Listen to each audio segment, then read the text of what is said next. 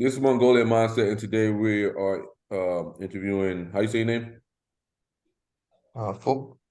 Vuk, today. So we'll be asking questions, and he can answer them how he sees, and we'll use that to figure out his personality type. So, can you tell us about your childhood? Uh,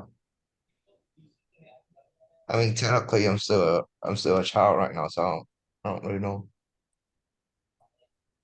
Uh, How old are you? I would say it's pretty normal. Like it's nothing really special. Like I just grew up in a middle class family and like went to a normal school with like I have a few friends and I'm doing like pretty normal at school, like nothing special. Okay. How old are you, man?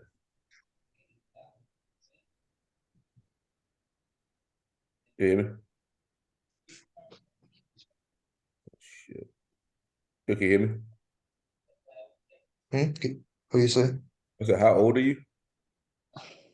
I'm 50. 15. You know, shit, you big ass 15-year-old. Oh shit. So, what do you like to do in your off time? Uh, I'll usually just uh yeah, I usually just watch YouTube and see whatever is interesting to me at the moment. Mhm. So what are your interests? Like lifting related stuff, bodybuilding specifically. I'm not really into powerlifting, like uh trying to raise my numbers much, but I'm trying to work on a very specific niche. I'm specifically doing calisthenics right now and trying to get my pull-ups and push-ups numbers to like doing high reps endurance based training. Mhm. Okay. Is, is that I mean, you talking about fitness here. Um, how long have you been doing that? For like a year now. Yeah.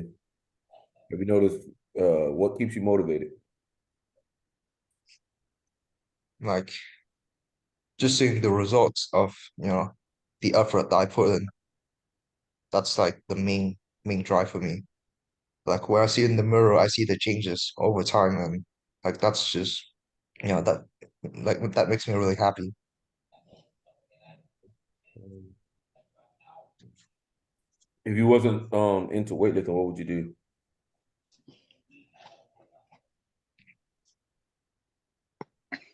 Uh, Probably into like something very nerdy, like studying a system of some kind. Because even with the lifting stuff that I'm doing, I'm very focused on like trying to find the optimal way to train and like figuring out the best like system to like apply into my training. So like that's probably what I'm gonna be interested in for if I'm not gonna do this thing. Hmm. Um, so how does that apply to you with weightlifting? Like just trying to optimize the little elements and components of like everything that I do in my training, Mhm. right? Like figuring out, the best way to do a certain exercises, what's like the best exercise to, target a certain muscle groups and the best rep range, the best intensity, and the best like the best loading potential and just everything like that. Like just trying to optimize every little details uh and the things I do. Okay, so I'm gonna pull your card on that. So what's the best rep range? No, it depends on the exercise. like for a very high intensity, like pretty strenuous exercise like the squats and the deadlifts, I usually tend to gravitate towards a lower rep range, like about usually I do about 3 to 8. Mm-hmm. Eight is the upper limit. I Mm-hmm. wouldn't go higher than that. Not saying that it's not good, but like I don't think it works very well for me because the leg training is not really suited for like stuff with um doing higher repetitions because it's just very strenuous, especially on your cardiovascular system, and it's not as efficient. Mm-hmm. Yeah, I would say 3 to 8, 3 to 8. I have a different type of mentality when it goes in the gym. So like my heavy lifts, like like the things like bench, squats,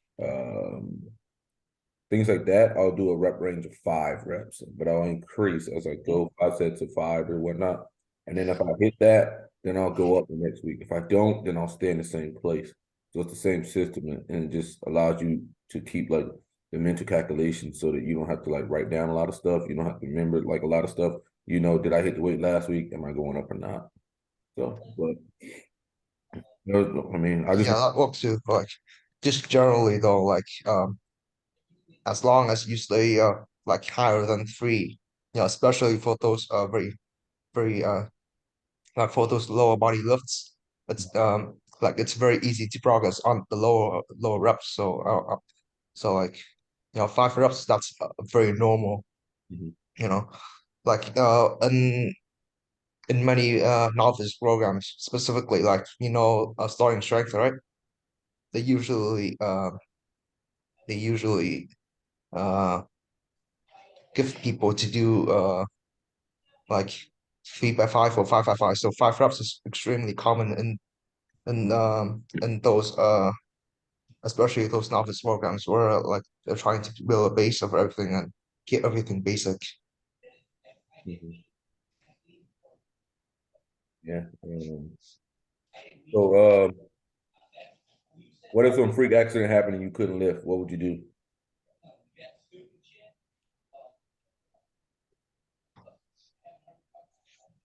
Pretty sure I answered this before, but uh I think I'm gonna try to like make as much money as possible. That's probably like the second goal that I have. So, what attracts you to money?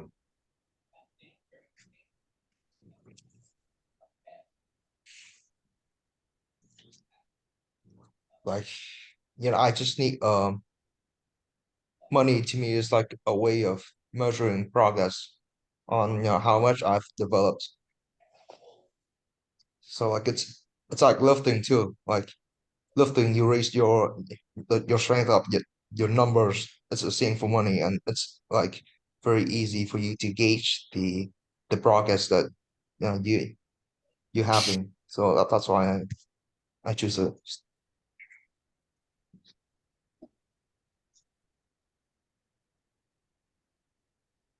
Yeah. Do you have any siblings? How's your relationship with them? Uh, I have 2 brothers and a few other cousins that I hang out regularly with. Also, I'm pretty close with them. Hmm. If I remember correctly, your brother got you in the lifting last time, right? Hmm? If I could, Yeah, I said that. yeah. Um, does he live with you or not? I forgot, dude. Yeah, he does. But he's training in a different gym right now. Like we're intending to like move into the same gym in the future. But right now he's like trying to train with a coach, and I like to train by myself. So we train in different gyms. And when he um when he likes to move out of that, then we'll probably train together. Hmm. Yeah. Is there anybody who inspires you as a bodybuilder? So what do you say? Is there anyone that inspires you as a bodybuilder? Like some people like Arnold Schwarzenegger. Inspires me. Yeah. No, like Some people like Lou I don't Ferrigno. really have a particular. No, I Well, don't really have a particular person in mind, but like I watch these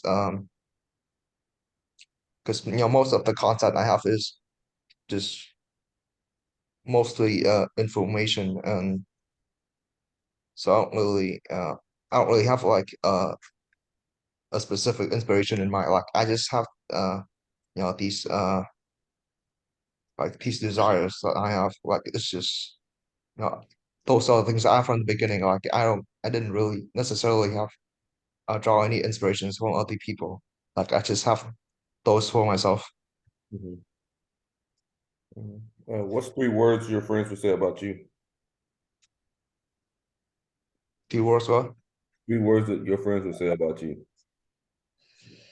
Um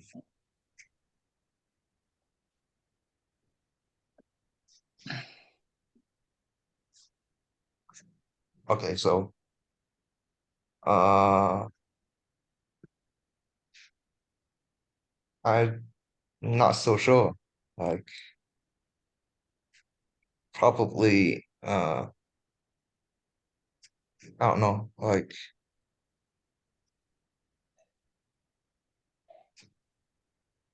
self-centered in a way. Because usually I don't really, pay attention much to my, the other people around me. So Mhm. That is one. Self-centered is just one of 3. So you got 2 more. I can't really think of any other thing. Really? Dang. Just self-centered. Okay. Um, where you see yourself in 10 years? I'll probably still be training, and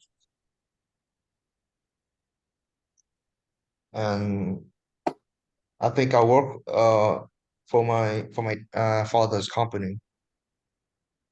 Mhm. And what kind of company is that? I don't really know, to be honest. Like he just have this setback for me that he thinks I should take, and yeah, that's just what I'm gonna do because you know because I want to focus my attention on like other things that I care about. So for my job, like for the money side of thing, I just want to like keep it down a little bit. So you're just gonna basically just gonna do what he wants you to do, and is that right? Yeah, and then just for my other times, I'll just do other things I like to focus on, and have more energy for those things rather than like trying to spend too much energy on the things I don't really care about. I'm just kind of curious. Like, so why why do you like why are you gonna do what he wants you to do? Is it just like out of a sense of obligation? Like you don't have like any other passions or hobbies or interests that you want to pursue outside of like what he wants you to do? No, not really. It's just for convenience, really. Just for convenience. Okay. Yeah, that's Yeah, basically what I was just. and like stability too. Um, like I'm less likely to fail if the path that he sets out for me is you know like especially when this is the company of my family too. So I'm more likely to succeed in here than trying to figure out a path for myself. Not saying that I'm not gonna do that, but like for like the near future, for the distant future, I'm not so sure yet. But for like after I graduate, then I'll probably just work there for for a few years, then uh figure things out for myself from there. Gotcha.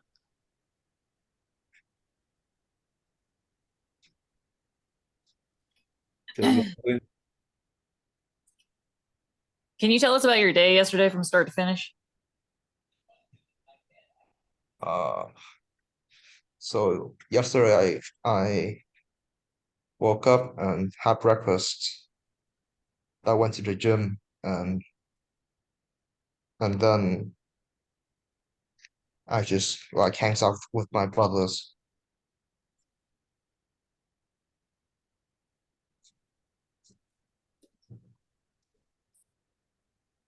That's it.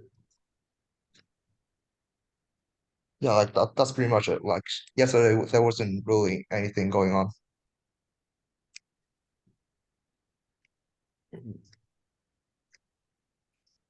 Well, I'm just where do you live? What country you from? I'm from Vietnam. Oh, Vietnam. Cool. I've known a few people from Vietnam. Um, so you think you'll always stay in Vietnam, or you ever think of, like, I don't know, maybe going to the United States or going elsewhere?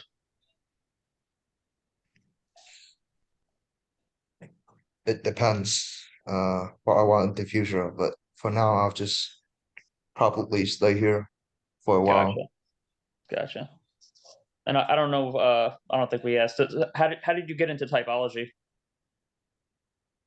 Like biology, Typology. You Typology. know, typology. typology. Oh, I took the test and yeah, I got interested in it, so I did more research, and then I found you guys' channel. What test did you take, like, that got you into it? The MBTI test, The like official MBTI? the 16 personality, yeah, the official Oh, one. uh, okay. Well, 16 personalities that's not official in the MBTI. That's different, but it's it's kind of, maybe some similarities. Um, How do you go about learning new things outside of school?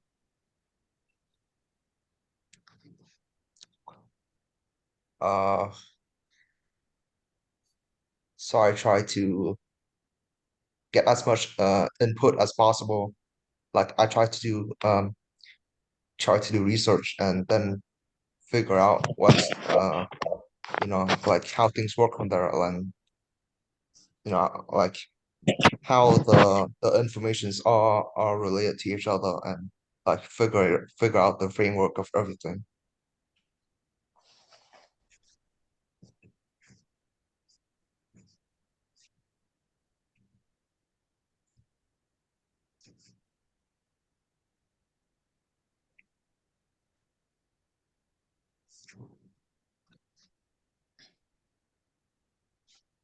so I don't know if Mercer asked you this last time, but let's say, like, you're at the end of your life, basically, like maybe you're on your deathbed. What is something, looking back on your life, that you think you might regret?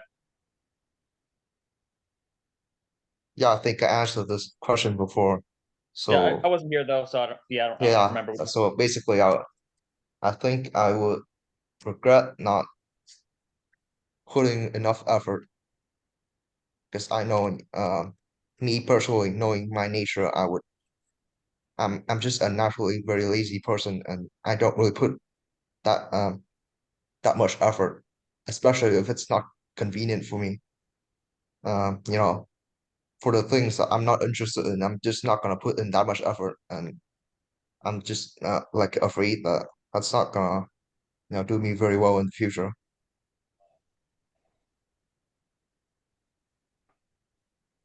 Interesting. And why do you think you don't put in the effort? Just I just don't see the point in it,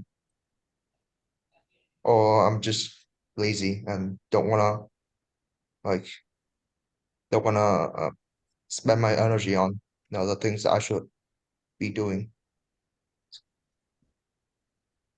Gotcha.